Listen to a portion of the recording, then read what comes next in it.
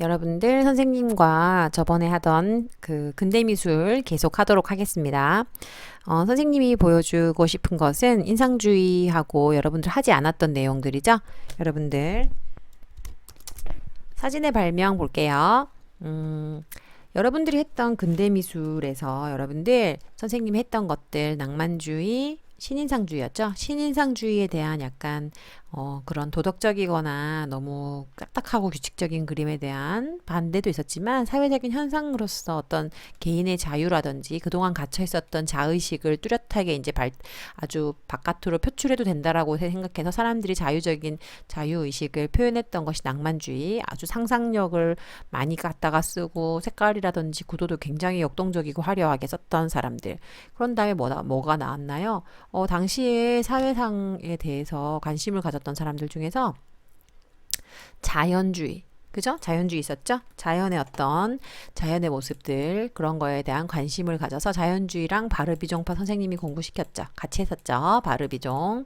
바르비종파가 있었고, 바르비종파에서 뭐였나요? 어떤 바르비종파에서 그려졌던 그림들 중에서 밀레 만종이라든지 이런 것들에 대해서 목가적이고 굉장히 따뜻한 느낌이고 색깔을 굉장히 그 햇빛의 느낌 이런 걸 참 잘 표현했다. 이렇게 생각했던 사람들은 인상주의로 갔다고 얘기했죠. 하지만 그거를 굉장히 저소득층이라든지 계층에 대한 빈부격차로 생각했던 그런 사람들은 어떻게 됐나요? 그거를 좀 고발하는 형식 혹은 노출하자. 사람들한테 그림으로 표현해보자. 이렇게 했던 사람들이 사실주의였죠. 그래서 이 사람들은 그 그림 속에 담겨 있는 내용 있잖아요. 사람들이 힘들고 가난하게 살고 있는 그런 내용들을 보겠다. 무엇을 볼 것인가? 난 내용을 보겠다 했던 사람들이고 같이 일어났던 현상 그 이즘이었지만 인상주의는 그걸 어떻게 볼 것인가? 주제를 어떻게 볼 것인가가 아니고 표현하는 방식, 예를 들면 보는 방식. 볼 때 나는 어떤 방식으로 볼 것인가 형식을 보겠다라고 선택했죠. 그래서 그림을 똑같이 명암법 같은 걸로 3차원의 입체를 2차원의 평면에 정말 진짜처럼 입체적인 명암법 이런 걸 써서 그리는 게 아니라 그냥 보여지는 그 현상 자체를 연구하겠다. 빛에 대한 탐구를 하겠다 했던 사람들이 인상주의였잖아요. 근데 이러한 그 저변에는 뭐가 깔려 있었다? 다게르가 발명한 사진이었고요. 그 사진이 그전에는 미술이 재현하는 목적, 그러니까 사진이 생겨나기 전에는 미술이 어떤 대상을 재현해서 똑같이 묘사를 해서 꼭 기록하거나 초상화 같은 걸로 죽은 자기 가족을 기록한다거나 있었던 사건의 뭐 행사 같은 거 있잖아요. 그쵸? 그런 걸 그 기록하는 목적이었다가 이제는 그게 아니라 사진이 그 일을 대신해 주니까 이제는 새로운 어떤 본질을 찾아보자. 미술이 정말 해야 될 일은 무엇인가? 미술은 이러이러한 걸 해야 된다라고 생각한 게 바로 이렇게 그 사람들 나름대로는 당시에 사람들의 삶에 대해서 노출해줘야 된다, 우리가. 그리고 어떤 사람들은 이제는 그림이 어떤 목적, 수단으로 쓰이는 게 아니고, 뭐, 기록의 수단, 뭐의 수단, 이게 아니라 그림 그 자체에서 해답을 얻어야 된다. 그림 그 자체가 아름다워야 한다. 그리고 그림 그 자체를 연구하자라고 생각했던 게 인상주의예요. 그래서 이렇게 두 가지 사조로 크게 발달하기 시작합니다. 자, 보시면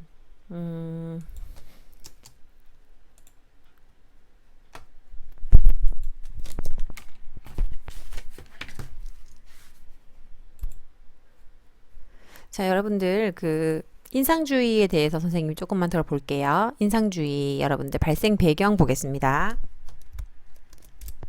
발생 배경 보시면은 산업화와 도시화 뭐 이렇게 설명들이 나오죠.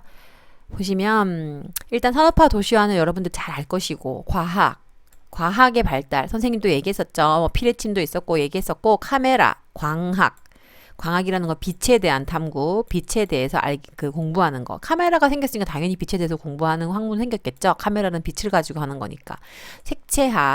색채학이라는 것도 과학에서 어떤 그 스펙트럼 있잖아요. 우리 그 가시광선에서 보면은 빛이 색깔이 무지개처럼 7가지가 나온다라고 얘기하잖아요. 그런 거 연구하는 거. 그게 다 과학이죠. 튜브 물감 또한 물감 껍데기도 있어야 하지만 그 안에 들어가는 뭐가 있나요? 염료를 섞는 것들, 그런 것들에 대한 과학적인 분석도 있었을 거죠. 그러다 보니까 과학, 그리고 자포니즘이라고 하는 그 당시에 유럽 사회에서 보지 못한 새로운 문화가 들어온 거죠. 자포니즘은 어디 나라? 맞습니다. 일본이라는 나라에서 무역하던 사람들에 의해서 수출하고 수입하고 서로의 문화를 교류하던 사람들에 의해서 우연히 발달됐어요. 이따 설명할게요. 그래서 인상주의라는 게 태동을 했고요. 구체적인 이 인상주의가 생겨나게 된 원인들에 대해서 선생님이 얘기하고 있습니다. 사조는 인상주의를 가져오게 된 그 이전 사조는 선생님이 아까 말했다시피 자연주의, 바르비종파, 그리고 사실주의의 영향. 사실주의가 당시 사람들의 삶의 모습을 표현하거나 고발하려고 했다는 말을 했잖아요. 그래서 그런 내용을 선생님이 보니까 이 인상주의 세동의 아주 원인이 되었던 두 가지 화파입니다. 자포니즘은 뭐냐면은 19세기 중반, 즉 1800년대 뭐 한 50년쯤 되겠죠. 이때 선생님이 뭐라 그랬어요? 디자인과 건축에서도 이때가 굉장히 어떤 때였다? 산업화라고 얘기했잖아요. 산업화 굉장히 잘 됐대. 그때 서로 동서양 교역을 하면서 서양 미술에 나타난 일본 미술을 일컫는 말이에요. 그래서 무역의 발달로 동서양의 교류가 원활해지고 17세기 이후에 발전된 우키요에라는 목판이 19세기 때 본격적으로 유럽으로 진출하는 거죠. 그래서 풍속화예요. 풍속화인데 풍속화를 한 장의 그림으로 그리는 게 아니라 목판을 만들어서 여러 장 찍어서 달력 같은 데 썼던 거죠. 그래서 달력 같은 데 만들어서 그림 이렇게 쓰고 했는데 그게 유럽에서 우리 옛날에 중국이라든지 동양에서 청자라든지 뭐 자기 같은 게 되게 유명했잖아요. 그것을 포장하기 위해서 달력 종이로 썼던 것을 이 포장을 유럽에서 이제 전달받은 사람이 있을 거 아니에요. 배를 타고 멀리 여기 유럽으로 온 거예요. 일본에서 이렇게 유럽으로 막 배 타고 간 거예요. 딱 내 그릇이 택배로 왔네? 근데 택배를 그냥 열어봤어요. 택배는 아니지만 그런 식으로 이제 우편을 받겠죠. 받았는데 포장되어 있는 종이가 너무 예쁜 거예요. 이거 봐라. 그 일본 여자가 있는 것 같아. 되게 동양스러운 여자가 있는데 색깔 되게 화려하네. 구도가 진짜 특이해. 하면서 입소문을 탄 거예요. 그래서 나중에는 이 그릇을 수입하기 위해서가 아니라 이 우키요에라는 이 작품 자체를 수입하게 된 거예요. 외국 유럽 사람들이. 그래서 그것을 집에다가 이렇게 걸어 놓는 게 굉장히 유행했대요. 여러분 유행이라는 게 그냥 있는 게 아니고 여러분들 유행하면은 노스페이스 잠바 유행할 때 엄청 많이 입었었던 것처럼 옛날 옛적에 여러분 초등학교 때 그때는 우키요에라는 목판을 집에다가 다 붙여놨던 거예요. 그래서 굉장히 유행했던 거예요. 유럽에. 굉장히 신문물을 갖고 온 사람이다 이렇게 됐던 거죠. 그래서 보시면 이거 뭐죠? 그래서 우키요에는 에도시대는 이 시기예요. 1867년까지니까 에도시대 굉장히 길었어요. 일본 그 역사들 중에 제일 길었던 우리나라 그 조선시대 같은 거예요. 그래서 같은 시기죠. 예. 서민층의 풍속화로서 우리나라의 신윤복, 김홍도와 함께 풍속화로서 매우 중요한 일본 모파나 형식의 회화예요. 찍어냈죠. 기녀, 미인, 광대 등의 사람들을 대량 생산하는 그런 이미지들을 대량 생산했고요. 1860년에 프랑스에서 수입하여 비서구권 미술로서 유럽 문화의 센세이션을 일으켰다. 일상을 바라보는 새로운 시선을 보여주었다. 평면적이다. 명암법이나 그런 거 없습니다. 그림자가 없거든요. 그림 자체가. 밝고 간결한 그냥 약간 디자인틱한 색채, 분명한 윤곽형태, 예를 들면은 테두리 따고 그리는 그림 있죠? 테두리 따고 옛날 우리 아기 때 그렸던 거 테두리 따가지고 어떻게 하나요? 테두리 그냥 까만색 그대로 놔두는 그런 그림. 높은 데서 내려다보는 원근법, 소실점과 시점, 이게 별표죠. 이게 굉장히 우키요의 특징이고 나중에 인상주의 작품에게 굉장히 영향을 많이 줍니다. 이따 보면 알게 될 거예요. 중앙을 벗어난 구도, 예를 들면 사람들을 보통 사진 찍을 때나 그림 그릴 때 제일 가운데 두잖아요. 우키요에는 여기다가 사람 놔두고 풍경을 이렇게 그렸던 거죠. 그런 거를 유럽은 처음 본 거예요. 그래서 이 우키요에가 들어오고 나서부터 인상주의 화가들은 사람을 여기 옆에 그려놓고 중앙에는 비워놓고 뭐 풍경을 그린다든지 이런 식으로 하는 그런 걸 많이 했어요. 비스듬한 구도. 이 비스듬한 구도는 굉장히 여러 가지 면에서 발견되는데 그것도 이따가 선생님이 보여드리도록 하겠습니다. 드가가 영향을 굉장히 많아서 발레하는 사람들 많이 그렸죠. 자, 우키요에를 사랑한 고흐 보겠습니다. 이거는 고흐가 그린 작품이고요. 이 프랑스로 수입된 도자기 포장지에 그려진 그 우키요에가 인상파가 탄생하는 시초가 되었다는 에피소드가 있는 에피소드가 아니고 진짜예요. 그래서 여기 뒤에 보시면 자기가 이 고흐가 그린 그 초상화 주변에 우키요에를 벽에 많이 걸어 놓은 게 보이잖아요. 실제로 고흐가 자기가 이렇게 걸어 놓은 거에 옆에다가 사람 이렇게 앉혀놓고 그림을 그린 거예요. 그래서 얼마나 우키요에를 고흐가 연구를 한 건지 알 수 있겠죠. 굉장히 되게 좋아했던 거죠. 구도가 어때요? 굉장히 신박하죠. 당시로서는 이게 받아들이기 굉장히 특이한 구도였을 거예요. 요런 구도들. 여기 또 보시면 하나 더 있어요. 자화상 보시면 귀를 자른 자화상이잖아요. 거기다가 왜 우키요에를 그려놨을까요? 이것도 굉장히 특이한 것 같아요. 선생님 생각에. 이때 고갱하고 싸우잖아요. 고갱하고 같이 살겠다고 처음엔 야심만만하게 좋은 친구다 이래가지고 고갱이 찾아왔을 때 그래 우리 한번 같이 연구해보자. 너와 나 서로 한번 도움이 돼보자 그랬는데 선생님이 책을 봤을 때는 고갱은 굉장히 자신만만하고 남의 의견에 대해서 막 어떻게 막 따뜻하게 얘기해주고 하는 성격이 아니라 조금 약간 거만한 스타일이라고 해요. 나쁘진 않은 자신만만한 스타일이라서 고흐가 약간 항상 그 우울해하거나 좀 소심해하는 것에 대해서 굉장히 약간 뭐 장난처럼 우스갯말처럼 이렇게 했을 거예요. 그러다 보니까 이 고흐가 그걸 못 받아친 거예요. 그 고갱은 약간 장사도 많이 하고 여기저기 나라를 돌아다니면서 태어난 것도 여기저기 태어났을 때부터도 외국 생활을 했었거든요. 그 고갱은. 그러니까 굉장히 이 사람은 그 문화가 다국적이라고 볼 수 있어서 개방적인 사람이에요.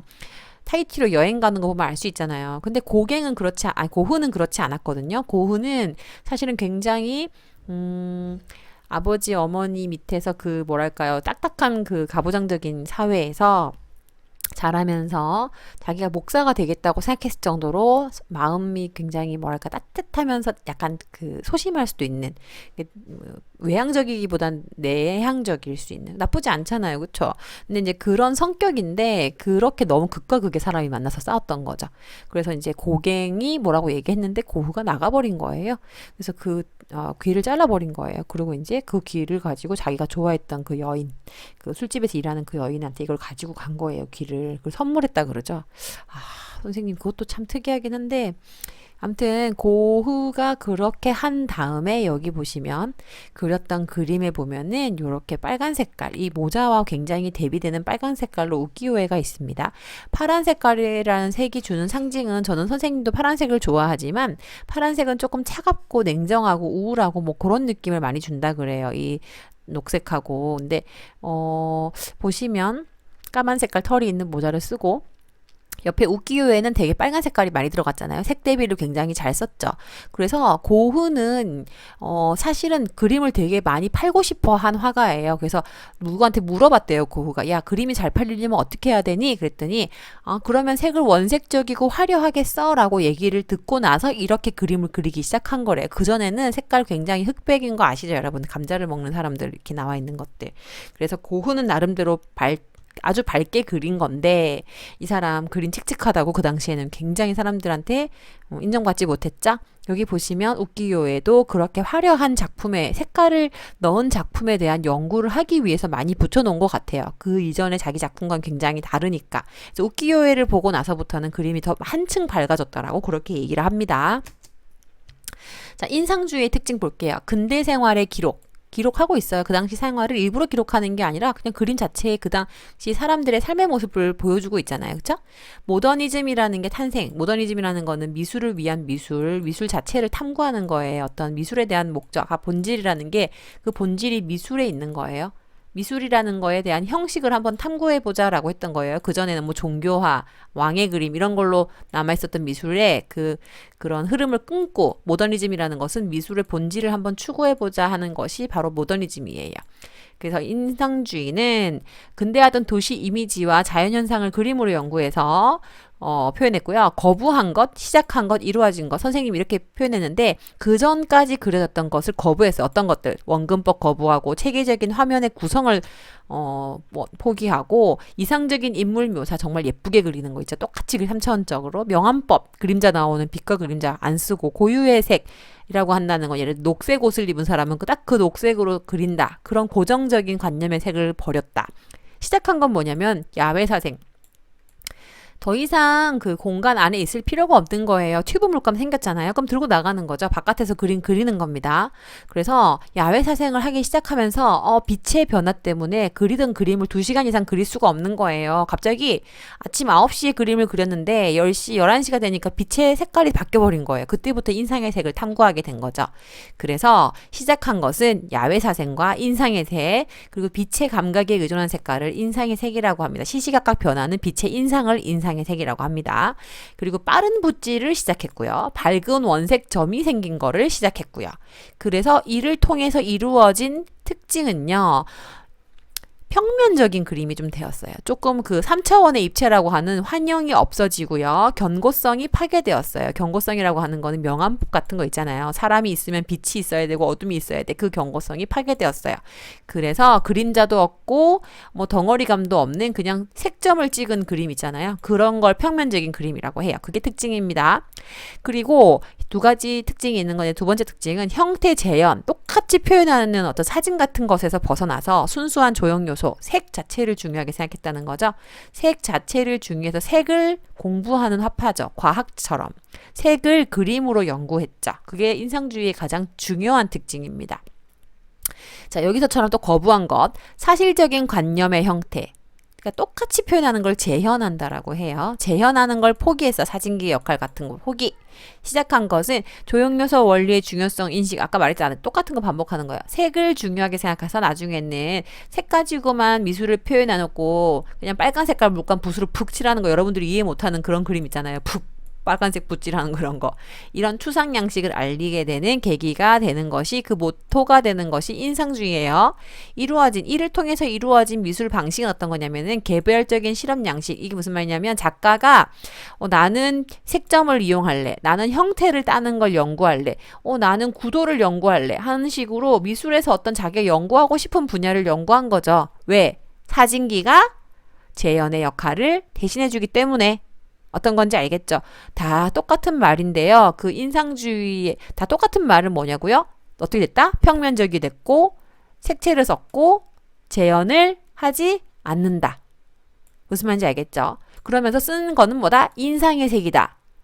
그리고 밖에 나가서 그림을 그렸다. 그리고 이 사람들은 나중에 현대 추상 양식의 시작점이 되었다. 요게 마무리되는 거예요. 이게 선생님이 인상주의에 대해서 얘기할 수 있는 가장 최선의 답입니다.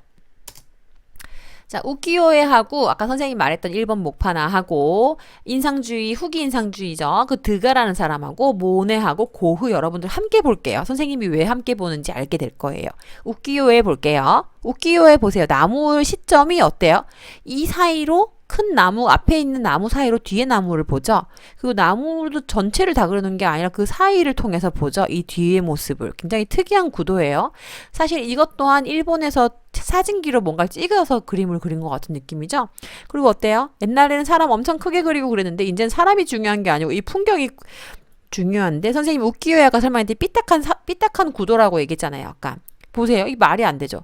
이렇게 돼야 되는 거 아닌가요? 근데 이게 이렇게 돼 있죠. 삐딱하게 구도를 약간 특이하게 놔서. 이것도 보세요. 이것도 약간 이렇게 돼야 되는 건데 투시도 안 맞아요. 이렇게 돼 있죠.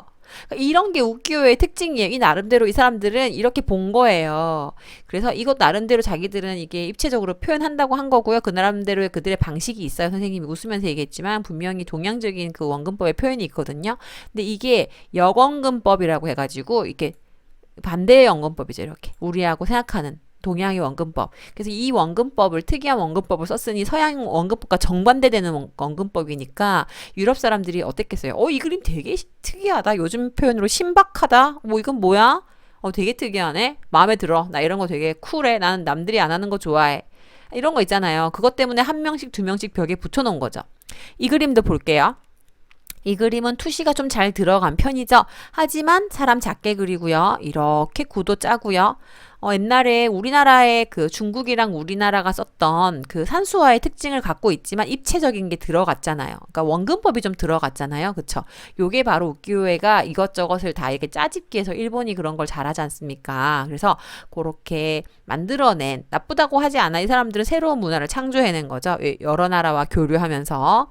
그래서 배를 타고 다니면서 섬나라들은 다른 나라들과 교역을 많이 하다 보니까 여러 나라의 문화를 많이 받는 거예요. 우리는 중국의 문화만 받았죠. 왜? 우리는 중국이 바로 위에 있으니까 중국의 영향만 받았고요.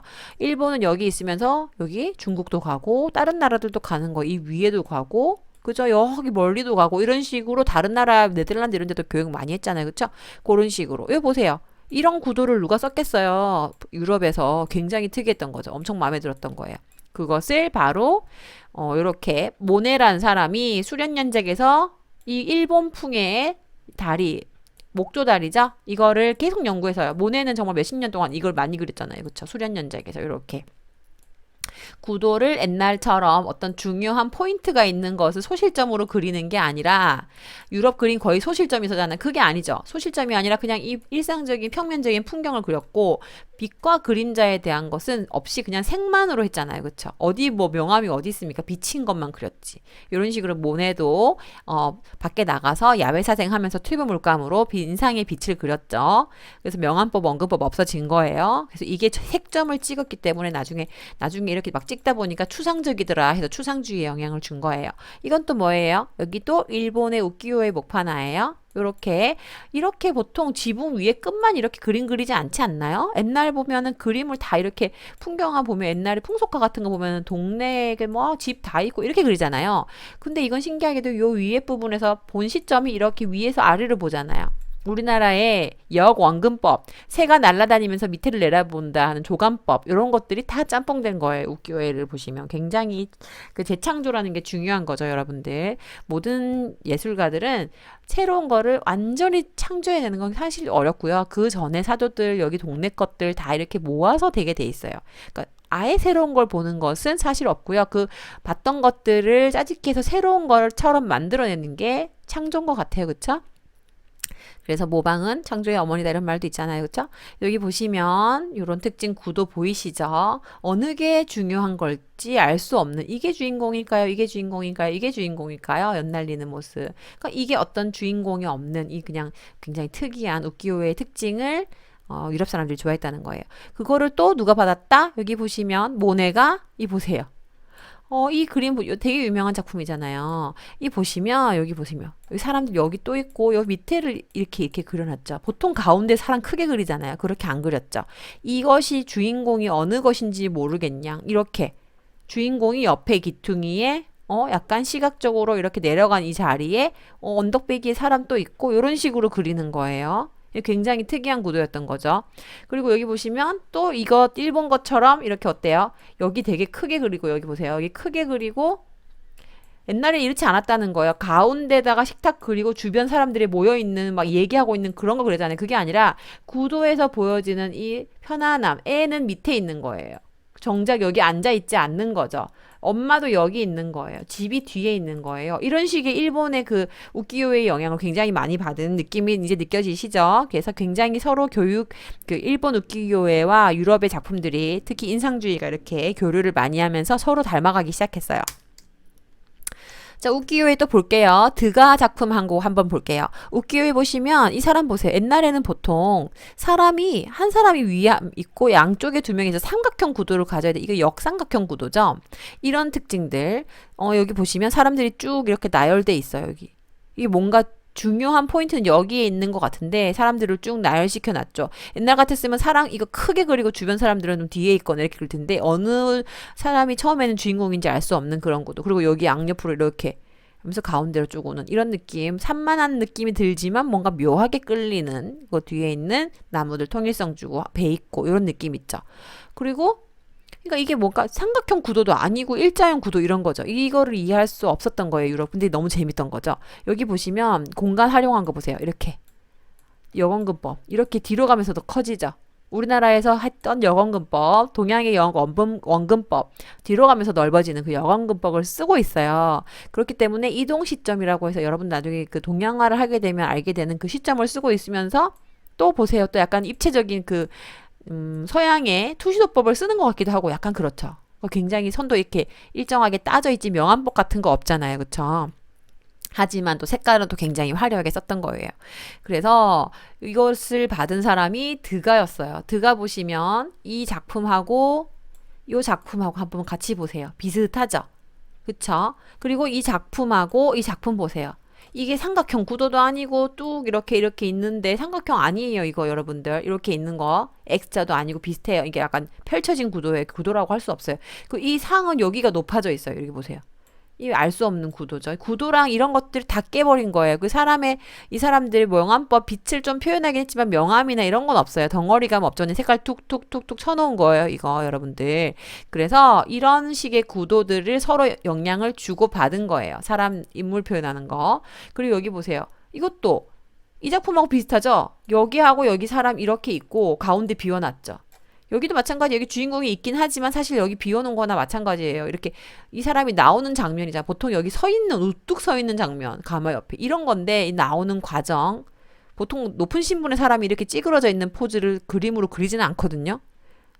선생님이랑 이때까지 미술 공부했잖아요. 그쵸? 굉장히 늠름하게 여기 서 있거나 팔짱 딱 끼고 서 있어야 되는데 이게 높은 신분의 사람이 감에서 나오는 장면을 그림으로 그리는 건 사실 좀 드문데 그것을 일본이 이렇게 표현하고 있는 것을 배웠어요. 우리나라 문화에도 있다. 어떤 문화에? 여기 보세요.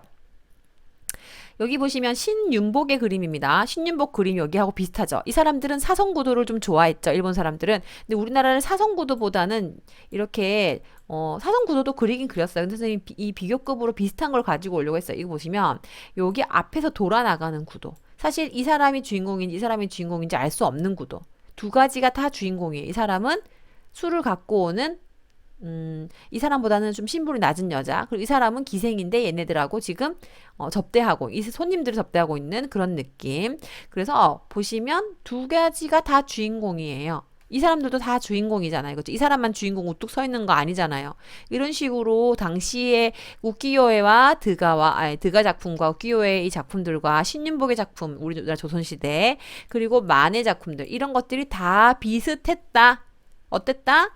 꼭 중요한 인물이 있는 것은 아니었다. 일반인들, 양반이 아니는 기생들도 중요하게 생각했고, 이 사람도 다 기생이지요?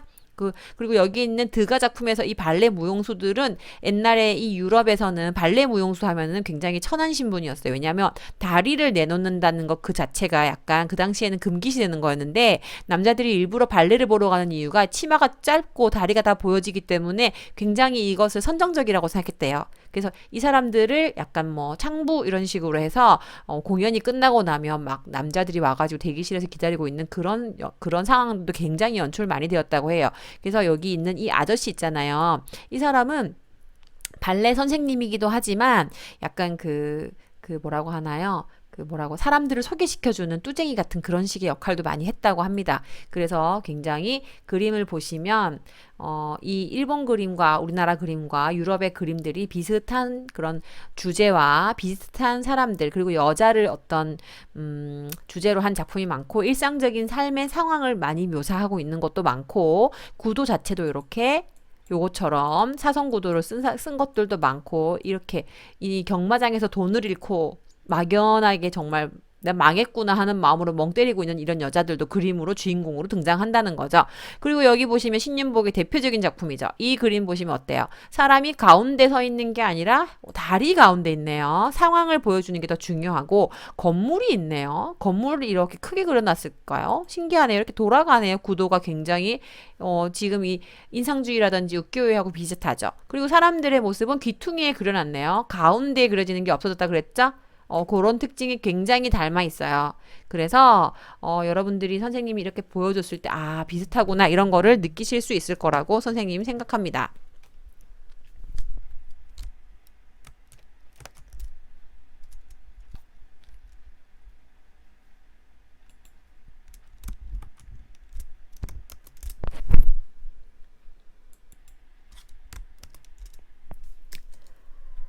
자, 그래서 선생님이 주요 작가, 인상주의 주요 작가를 간단하게 정리를 했는데요. 여러분들이 이것은 이 내용은 선생님이 필기를 했으면 좋겠네요. 그래서 마네, 모네, 드가, 르누아르가 있는데 선생님이 다 보여주지는 않았어요. 선생님이 사실은 마네도 여러분들이 알 것이고 르누아르도 알 것이에요. 여자들 피아노 치고 있는 장면 그린 사람. 드가 모네 정도만 보였었어요. 모네도 사실 다 안 보여줬어요. 여러분들 인상주의 작품 너무 잘 알기 때문에 그래서 그냥 그 특징들만 썼어요. 옛거장의 그림을 근대적으로 재해석한 사람 마네. 선생님 풀밭 위의 식사, 풀밭 위에서 벌거벗은 여자와 그 옷 입은 사람들이 그림 밥 먹고 있는 거 있잖아. 그게 옛날에 그리스 로마 신에서 나와 있던 그런 작품인 거를 그거를 약간 선정적으로 차용 비슷하게 하고 그거를 약간 당시에 선생님 생각에는 패러디 모르고 했는데 패러디 했다? 패러디라기보단 당시 상황을 비슷하게 연출했다, 차용했다, 뭐 이렇게 이야기할 수 있겠죠. 그것을 마네가 처음으로 이용했어요. 그래서 옛거장들의 그림을 근대적으로 재해석했고 현대 기하학적인 평면적인 표현, 특히 인상주의 특징이었죠. 명암 없는 거, 명암법이랑 투시도법 없이 평면적으로. 그리고 밝은 색조와 검은색 액센트가 있었고, 이건 중요하지 않고 단순화됐고, 검은 윤곽선이 있고 평면적이다. 이 특징이 거의 다 인상주의는 비슷해요. 모네. 풍경화 그렸죠? 이런 인물화보다는 광선 변화의 연작, 예를 들면 루앙 대성당 해가지고 성당 있는 그림 있죠. 여러분들 중학교 때부터 쭉 봤죠. 그거 후기 형태 이거 중요하지 않고 찬란한 색초, 순수한 원색, 그림자는 보색으로 나타내고 빛 대기 속으로 형태가 소멸되는 거. 그래서 인상주의의 대표적인 화가가 모네예요. 여러분들 루앙 대성당 나중에 또 보여줄게요. 르누아르는 피아노 앞에서 언니하고 동생이 이렇게 피아노 치고 있는 장면 있죠. 그리고 엄마가 어떤 예쁜 모자 쓰고 벤치에 앉아 있는 그런 르누아르. 여러분들 그림 다 검색해 볼 수 있기 때문에 선생님 굳이 이제 그 미술사를 너무 질질 끌 필요가 없다고 생각해서 그냥 간단하게 하겠습니다. 붉은 색조와 푸른색 사용했고요. 이거 뭐 특징들 르누아르 작품 보시면 알 것이고 드가 보시면 다 알잖아요. 순간 동작, 인물 초상, 무희 경마, 목욕하는 누드, 부드러운 색조의 파스텔로 이용했어요. 물감 아니에요. 인물의 독특한 배치 이게 굉장히 중요하죠. 이 사람은 과감하고 자유로운 각도, 그죠? 구도, 사선구도, 중간이 빈 불균형 구도, 우키요에와 굉장히 비슷한 구도 썼다. 모네, 드가. 그 특징 기억해 주시고요. 신인상주의 갈게요. 신인상주의는 인상주의에서 발달했어요. 인상주의가 좀 더 과학적이고 체계적으로 발달됐다고 말할 수 있대요. 사실은 선생님 별로 신인상주의 그 작가들은 굉장히 대단하다고 생각해요. 존경해요. 이 점을 다 하나씩 찍고 있었으니까. 엄청 그 사람들이 인내심이 극기 훈련할 정도로 뛰어난 사람들인데 선생님은 그건 너무 힘들 것 같아요. 그래서 인상주의가 그냥 예쁜 자기 눈에 보이는 예쁜 색깔로 빛의 색깔을 이렇게 찍었다면 신인상주의는 예를 들면 빨강색을 어떤 주황색의 대상을 그리려면 빨강색과 노란색을 교차해서 찍은 그런 과학적인 게 좀 더 들어갔다는 거죠. 색점을 어떻게 하면 어떤 색 섞여 있는 색깔로 보이는지 중간혼합, 병치혼합, 가산혼합, 감산혼합에 대해서 공부한 사람들이 이 신인상주의예요. 그래서 색채를 분할한다. 색채를 분할하는 게 뭐냐? 주황색이면 주황색의 원래 색깔이 뭔지를 분할해보는 거예요. 빨강색과 뭐였다? 노란색이다. 이런 거를 연구하는 거죠. 색점 병치. 맞아요. 주황색을 만들기 위해서 어떻게 했다. 빨강색과 노란색을 병치. 나란히 찍었다. 이것이 전묘법이다. 그래서 감정이 빠진다. 천천히 찍어야 되니까 생각해서. 그죠? 감정을 난 지금 그림을 그리겠어. 슈슉 이게 아니라 저거 주황색이네. 그러면 빨간색과 노란색을 이렇게 찍으면 되겠네. 이렇게 했잖아요. 그러니까 감정이 빠지게 되고 엄숙하고 질서정연한 느낌의 그림을 그린 거죠. 개성이 결여되어 버린다는 특징이 나중에 후반에 나타나서 이것도 후기 인상주의로 넘어가요. 후기 인상주의 알죠? 고후고갱, 드가 맞아요. 그런 식의 쇠라라는 사람이 대표적인 작가고 신야크라는 사람이 대표적인 작가예요. 그런데 쇠라는 이 사람이 완성한 작품이 몇 장이 안 돼요. 너무나도 하나 그리는데 3년이 막 걸리고 그랬대요. 그래서 신야크가 더 오래 살고 이 사람이 더 많이 작품을 그렸대요. 보시면 작품 보세요. 사람 아저씨 얼굴을요. 나중에 선생님이 또 수업해 줄 건데 확대해서 보니까 이렇게 잘게 하나하나 다 그렸대요. 이거는 뭐예요? 밑에 보시면 반사되는 부분. 이렇게 해가지고 사람의 얼굴을 색점으로 이게 되게 큰 그림의 이만큼의 일부 정도이거든요. 이걸 확대시킨 거거든요. 이렇게 하나하나 점을 찍었대요. 이 신약도 마찬가지인 거예요. 이 색깔 보세요. 이렇게 멀리서 봤을 때는 약간 섞여 보이게 빨강색과 파랑색을 굉장히 교차해서 많이 이렇게 찍은 거죠. 이런 식으로 신인상주의의 특징 기억해 주세요. 그래서 후기 인상주의 가겠습니다. 후기 인상주의는 1880년에서 1905년까지 1918년인가 뭐 15년인가 그때부터 왜 또 그 1차 세계대전이 시작되잖아요. 그 전까지의 사조가 후기 인상주의예요. 인상주의를 수용했어요. 아까 신인상주의까지도 갖고 왔어요. 그런데 그것보다 좀 더 나아가서 잘해보자 라고 해서 극복했어요. 극복하는 게 더 멋있다고 하죠. 가변하는 빛, 또 색점이 아니라 더 본질적인 것 연구한 것이 있어. 그게 뭘까 하면서 공부한 거예요. 형태와 색채의 가장 완벽한 본질을 추구하고자 했는데요. 그 완벽한 본질은 바로 작가 개인이 연구하는 거야. 정답은 없어 라고 생각한 거죠. 작가 개인이 연구하는 그게 정답이야. 내가 어떤 정답이라는 걸 내릴 수는 없고 너네들마다 각각 그 연구한 사람들마다의 본질은 다 각각 다르고 그게 다 정답이야. 그러니까 세단도 정답이고 고갱도 정답이고 고후도 정답이고 로트렉도 정답이고 다 너네들은 연구하고 있고 본질을 추구하고 있어 라고 개인의 작품, 개인의 어떤 이즘으로 발전된 것이 그 후기 인상주의예요. 그래서 유일하게 그 전까지는 신인상주의 화가들은 다 전묘법 썼잖아요. 그쵸. 그리고 인상주의 작가들은 어땠어요? 다 색점 찍었잖아요. 이제 인상주의지만 어떻게 한다? 개인을 존중하는 거예요. 세자는 색점 찍지 않아요. 고갱, 색점이라고 할까요? 이 사람은 우선 색채를 연구했고요. 고흐, 뭐 연구했어요? 자기 내면 연구했죠. 자기 내면 연구했습니다. 세자는 뭐 연구했다? 형태 연구했다. 로트렉은 뭐랬다? 파나 연구했다. 좀 태폐적이고 뭐 이런 특징이 세기말 분위기 있는데 아무튼 그런 특징들을 다 인정해주는 거예요. 그래서 세자는 형태를 통한 그림 질서 탐구, 자연물을 화면에서 완벽한 질서를 탐구. 나중에 선생님이 하나씩 검색해서 보여주려고요. 다시점으로 본 대상의 모습을 한 가지 형으로 짜집기. 이집트 그림처럼 눈, 코, 입이 다 다른 방향인데 그림 하나에다가 형태 하나에다가 하나 딱 붙여놓는 거죠. 그래서 화면 안에서 조형적 질서를 추구했다. 나중에 브라크와 피카소에게 영향을 줬다. 고갱은 색채를 굉장히 중요하게 생각해서 타이티에서 살고 있는 여자들 모습, 그리고 그쪽으로 이주를 위해서 타이티 여성과 결혼을 한 다음에 아이를 낳고 잘 살죠. 그림을 그리고 나중에 마티스에게 영향을 줬다. 상징주의에도 영향을 주었다. 이건 중요합니다. 이 네 가지는 중요합니다. 고흐는 미술가의 감정을 표현해서 색채, 정서, 공간, 질감을 하나의 화면에다 그려서 색채도 굉장히 아까 모자 보셨지만 파란 모자에 우키우에 빨강색 이런 거 썼고 정서적으로도 귀를 잘라가지고 약간 뭔가 우울해 보이는 색깔의 뭐 그런 어떤 자화상 표정 같은 거 그런 거 표현했고 공간도 어땠나요 선생님? 우키우에 만들고 이렇게 약간 특이한 공간이라든지 그런 거 표현했죠. 그리고 질감도 큰 붓질로 턱턱턱턱 발라서 질감이 굉장히 마띠에르가 거칠게도 느껴지고 물감의 어떤 느낌 탁탁탁 나오게 하잖아요. 그쵸? 두께. 그래서 표현주의, 상징주의 영향을 주었고 표현주의, 상징주의 화가는 여러분들 알고 뭉크, 에곤 슐레, 클림트 여러분들 알죠? 그 키스 작품이라고 하는 유명한 작품 그런 거에 영향을 주었고 로트렉이라는 사람도 있었어요. 그래서 선생님이 이것은 여러분들하고 인터넷으로 검색하면서 한번 볼까 합니다.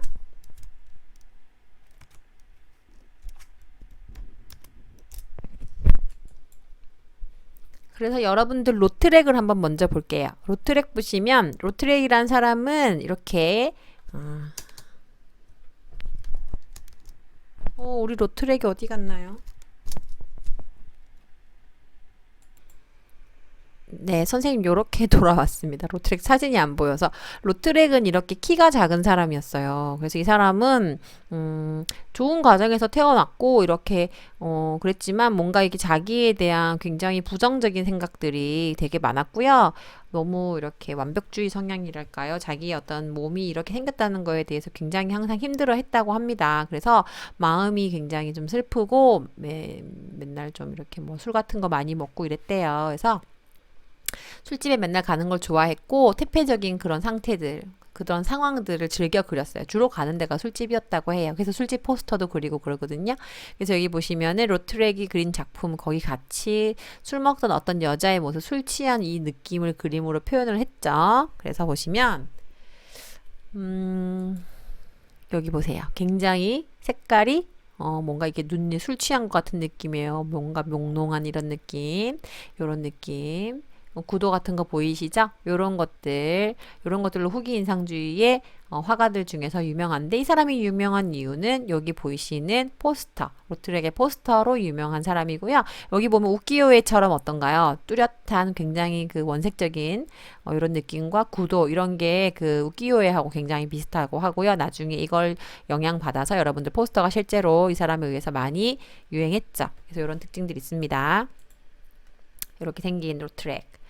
그래서 그 이후에 나오는 사조들은 여러분들 야수파도 있고요. 표현주의도 있고요. 이것은 선생님이 나중에 좀 할게요. 근데 아까 선생님이 말했던 그 고흐가 영향을 준 것이 무엇이냐 하면은 아까 선생님 보여주었죠? 표현주의. 그리고 고갱이 영향을 주었던 거, 색깔 많이 쓰는 마티스의 야수파. 그죠? 그리고 세잔이 영향을 줬던 건 입체파, 그리고 피카소, 이런 식으로 나중에 이렇게 영향을 줍니다. 서로에게. 그 후반에 나오는, 그 후대에 나오는 미술의 사조에게 굉장히 영향을 줍니다. 우리가 전에 했던 다다이즘과 초현실주의는 선생님이 따로 하지 않겠어요. 하지만 여기 나오는 미래주의도 사실 했었어요. 그때 발 여러 개 달린 강아지 있잖아요. 그거 그림 그런 거 했었는데, 절대주의도 여러분들 말레비치라고 하고, 신조형주의 별거 나중에 몬드리안 아시죠? 몬드리안이 신조형주의인데요. 요 세 가지는 조금 구체적으로 보고 이후의 것은 여러분들 이해할 수 있을 정도로만 간단하게 보겠습니다. 여러분들 선생님이 세잔의 작품을 이렇게 네이버에 세잔이라고 치면 나옵니다. 세잔은 후기 인상주의 화가인데요. 제일 유명한 작품은 바로 이 정물입니다. 사과를 넣은 정물, 그리고 생투 빅두아루 산이라고 하는 산입니다. 선생님 이게 뭔가 특별한가요? 이게 여느 풍경화하고 다를 게 뭐가 있나요? 산이 왜 갑자기 노랗죠? 이것은 언제 그린 건가요? 맞습니다. 저녁에 해가 지는 노을에서 빛의 반사라든지 빛을 머금은 산 자체를 그려낸 거죠. 가을의 산이 아니에요. 이때는 아주 파릇파릇한 풀이 나온 6월 그때 산을 그린 건데, 해가 지는 모습을 이렇게 빛을 인상을 그린 거긴 해요. 근데 빛을 연구했다기보다는 이런 산이라든지 집의 모양을, 그 형태 자체를 연구를 하는 거죠. 그래서 인상주의처럼 뭐 명암이라든지 이런 건 없지만, 이 사람이 중요하게 생각했던 포인트는 뭐였죠? 형태였어요. 형태. 어떤 대상은 항상 원뿔과 원기둥으로 환원된다라고 아주 유명한 말을 남겼어요. 구원뿔 원기둥으로 환원된다. 이건 뭐예요? 삼각, 뭐 뿔 이런 걸로, 이거는 정육면체, 그죠? 이런 식으로 환원된다라고 해서 되게 묘사하지 않고 이렇게 단순한 기하학적인 형태로 만들어내기 시작해요. 이게 나중에 어떻게 누구한테 영향을 준다? 선생님이 같이 한다고 했죠. 잠깐만요. 더 보여주고 나중에 한번 돌아갈게요. 이런 식으로 정물을 보시면 이거는 구도가 이상하지 않나요? 이거 위에서 너무 막 본 것 같고, 이 사과는 위에서 본 것 같고, 항아리는 밑에서 옆에서 이렇게 본 것 같고, 구도가 다 달라요. 하지만 사과의 모습은 구로 환원되었고요. 이거는 뭔가요? 원기둥으로 환원되었죠. 이런 식으로 형태는 어떤 기하학적인 어떤 그 원뿔 원기둥 뭐 이런 것으로 환원된다라고 생각했던 사람이에요. 그래서 그거를 꾸준히 연구를 하죠. 이런 식으로 동그란, 그죠? 아주 단순하게 연구 많이 연구를 하고요. 나중에는 작품이 이렇게 변했어요. 굉장히 단순하죠. 산 있고 집이 있죠. 근데 붓터치로 이렇게 그 원기둥과 원뿔로 환원되는 거예요. 이런 식으로 이제 그림을 그리기 시작하는 거죠. 되게 단순하게. 그렇게 하다가 이렇게 돼요. 추상화처럼 변해요. 이게 추상화의 시작이라고 할 수 있는 거예요. 형태가 깨지는 거예요. 형태를 연구한 사람인 거죠. 그 다음에 어떻게 된다? 여러분들 누구한테로 간다? 맞습니다.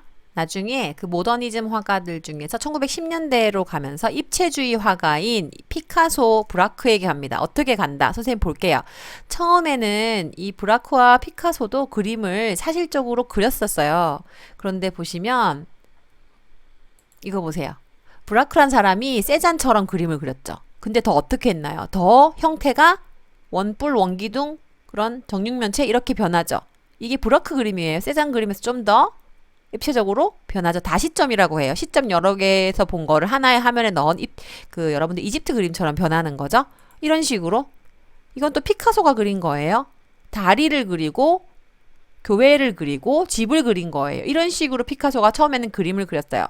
그리고 나중에는 어떻게 변했습니까? 이렇게 여러분들이 잘 알고 있는 저희 아비뇽의 처녀들 입체파가 아니고 여러분들 그 선생님이랑 이집트 그림 그렸을 때 이렇게 그렸었죠. 아는 것을 그리는 거예요. 보는 것을 그리는 게 아니라. 그래서 피카소도 이집트도 다 아는 것을 그리고 세잔도 이 사람들의 영향을 줬던 세잔도 아는 것을 그렸어요. 그리고 피카소가 자기의 후원자였던 볼라르의 초상을 그렸을 때 어때요? 여러 가지 방향에서 봤던 이 볼라르의 얼굴을 하나의 형태에다가 다 갖다 붙여놨죠. 넥타이는 이쪽에 있고 팔은 저쪽에 있고 이런 식으로 눈은 약간 깨져 있고 이런 식으로 형태가 아까 집처럼 원뿔 원기둥으로 이렇게 환원된 것처럼 이렇게 바뀌는 거예요. 그리고 나중에는 아예 어떻게 되나요? 아예 이렇게 분절돼 버리죠.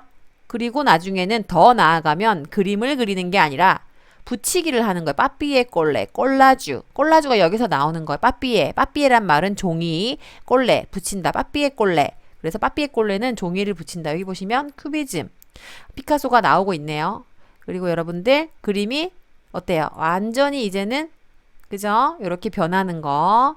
그래서 이게 나중에는 큐비즘 뭐예요? 기타를 연주하고 있는 여자의 모습인데 원뿔 원기둥 그리고 정육면체로 환원되죠. 나중에는 이렇게 화면에다가 여러분들 이 실제 이런 그 뭐지? 짜집기 해놓은 공예 작품 이런 거를 붙여요. 신문지랑 이런 거 밧줄 같은 거 이런 거 붙여요. 빠삐에 꼴레. 가장 완벽한 형태는 그 형태 자체다. 물질 자체다라고 생각해서 그림으로 그리지 않고 그냥 아예 물건을 갖다 붙이는 거죠. 이런 식으로 변합니다. 피카소가 세잔의 영향을 어떻게 받았는지 연결해서 선생님이 가르쳐 줬습니다. 하나하나 하면은 이해가 어렵고 더 복잡해요. 그죠? 선생님이 이제 고갱으로 왔습니다. 후기 인상주의 고갱. 고갱은 이런 사람이었어요. 이렇게 생긴 사람이었고 고흐보다 훨씬 내면이 어떻게 보면은 좀 더 아주 순수하진 않았고요. 사업가였기 때문에 사업가가 다 나쁘다는 건 아닌데 좀 더 용기 있고 하고 싶은 말 다 하고 끙끙 앓지 않고 참지 않는 그런 성격이었었어요. 그래서 이 그림들을 보시면 색깔이 고흐보다 훨씬 더 빨강색이랑 원색을 많이 썼고요. 약간 어떻게 보면 좀 촌스러울 것 같은 정도로. 그리고 형태에 따는 선들 있죠. 이렇게 보시면 뚜렷한 외곽선들이 보이죠. 요렇게. 그래서 고갱이 사랑했던 여인 타히티에서 만났던 그 여인에 대한 그림을 굉장히 많이 그리고요. 요렇게 예수 그리스도 이 그림 보세요. 요런 식의 그림을 많이 그립니다. 색깔 되게 빨갛고 선 따고 단순화시키고 자기의 어떤 뭐랄까 정해진 규칙을 가지고 있는 게 아니라 형태보다는 색깔에 되게 치중하는 게 느껴지시죠? 상징적인 느낌, 종교적인 느낌 많이 들어오고요. 여기 보시면 말하고 사람들 이런 식으로 그림을 그리는 거. 그리고 이게 뭐라고 하더라? 그 자기가 살고 있었던 그 타히티에 대한 자기의 느낌을 이렇게 표현을 한 거예요. 그래서 보시면은 굉장히 행복했었대요. 타히티에서의 삶이. 그래서 오고 싶어 하지 않았다고. 나중엔 타히티가 선진화되고 외국 사람들이 막 들어오기 시작할 때 되게 막 고갱이 많이 울었다고 해요. 더 이상 그런 자기의 보금자리를 잃는 것 같아서. 그래서 고갱의 작품들이 이렇게 색깔 굉장히 아주 화려하고 이런 작품들이었죠. 근데 이게 누구한테로 가냐? 이렇게 마티스로 갑니다. 앙리 마티스의 작품을 보시면 색깔이 어떠나요? 굉장히 원색적이고 대표적으로 이 작품 보시면 선 딱 형태만 남아있고 원색적인 색 세 가지만 남아있고 아까 전에 타히티에 그렸던 그 고갱의 작품과 굉장히 흡사하죠. 물론 베낀 건 아니에요. 그런데 굉장히 자유로운 선과 아까처럼 붉은 색깔 이런 색깔들의 색깔을 더 연구한 거죠. 고갱처럼. 색을 좋아했던 거예요. 마티스가. 색깔에 대해서 이렇게 연구하는 거예요. 이렇게 역광이라든지 어떤 빛의 색깔, 내면의 색깔 이런 붓터치와 함께 이런 식으로 고갱 색깔과 굉장히 흡사하게 연구를 많이 했던 거예요. 그래서 선생님이 같이 연결지어서 보는 겁니다. 선생님 마지막으로 고흐 작품 볼게요. 고흐 작품 보시면 어떠나요? 이런 느낌, 뭔가 자기의 어떤 내면적인 모습을 자화상 같은 걸 탐구하면서 울끈불끈 이렇게 올라오는 붓터치들 이런 것들을 가지고 자기의 내면을 많이 탐구했잖아요. 그쵸? 그런 느낌인데 이것을 누가 많이 받아갔을까요? 네, 맞습니다. 표현주의에서 뭉크라는 사람이 내면을 많이 탐구합니다. 여러분들 선생님 뭉크에 대해서 저번에 보여줬죠? 그 절규뿐만이 아니라 다른 그림도 있다고. 여러분들 뭉크에 대해서 보고 계십니다. 고흐하고 비슷하게 자기 내면에 대해서 탐구했던 화가죠. 근데 보세요. 이런 것도 그렸지만 여러분들 이런 작품도 그렸어요. 이런 느낌으로. 그리고 여러분들 보시면 이 작품 보이시나요? 뭉크 작품? 이렇게 자기가 사랑했던 그 여인과 이렇게 춤추고 있는 장면. 이런 것들 굉장히 고흐의 자기 내면 성찰이라든지 그런 것과 굉장히 다 있죠. 그래서 이런 선생님이 연결지어서 이렇게 보여준 의도를 여러분들이 이해하고 조금 감을 잡았으면 좋겠어요. 형태를 연구한 사람, 색을 연구한 사람, 그리고 자기의 내면을 연구한 사람. 이해가 갑니까? 그게 여러분들 1910년도 정도 그 여러분들 전쟁이 일어나기 전 그죠? 초현실주의 그런 것이 발생하기 이전 전쟁 이전까지의 미술의 사조들의 경향이었고 근대 미술이었어요. 그래서 그 이후에 나타나는 미술은 조금 더 현대적인 그래서 그 전쟁 이후의 미술은 현대 미술이라고 보통 얘기를 합니다. 그거에 대해서는 다음 시간 다음 타임에서 얘기하도록 하겠습니다. 감사합니다.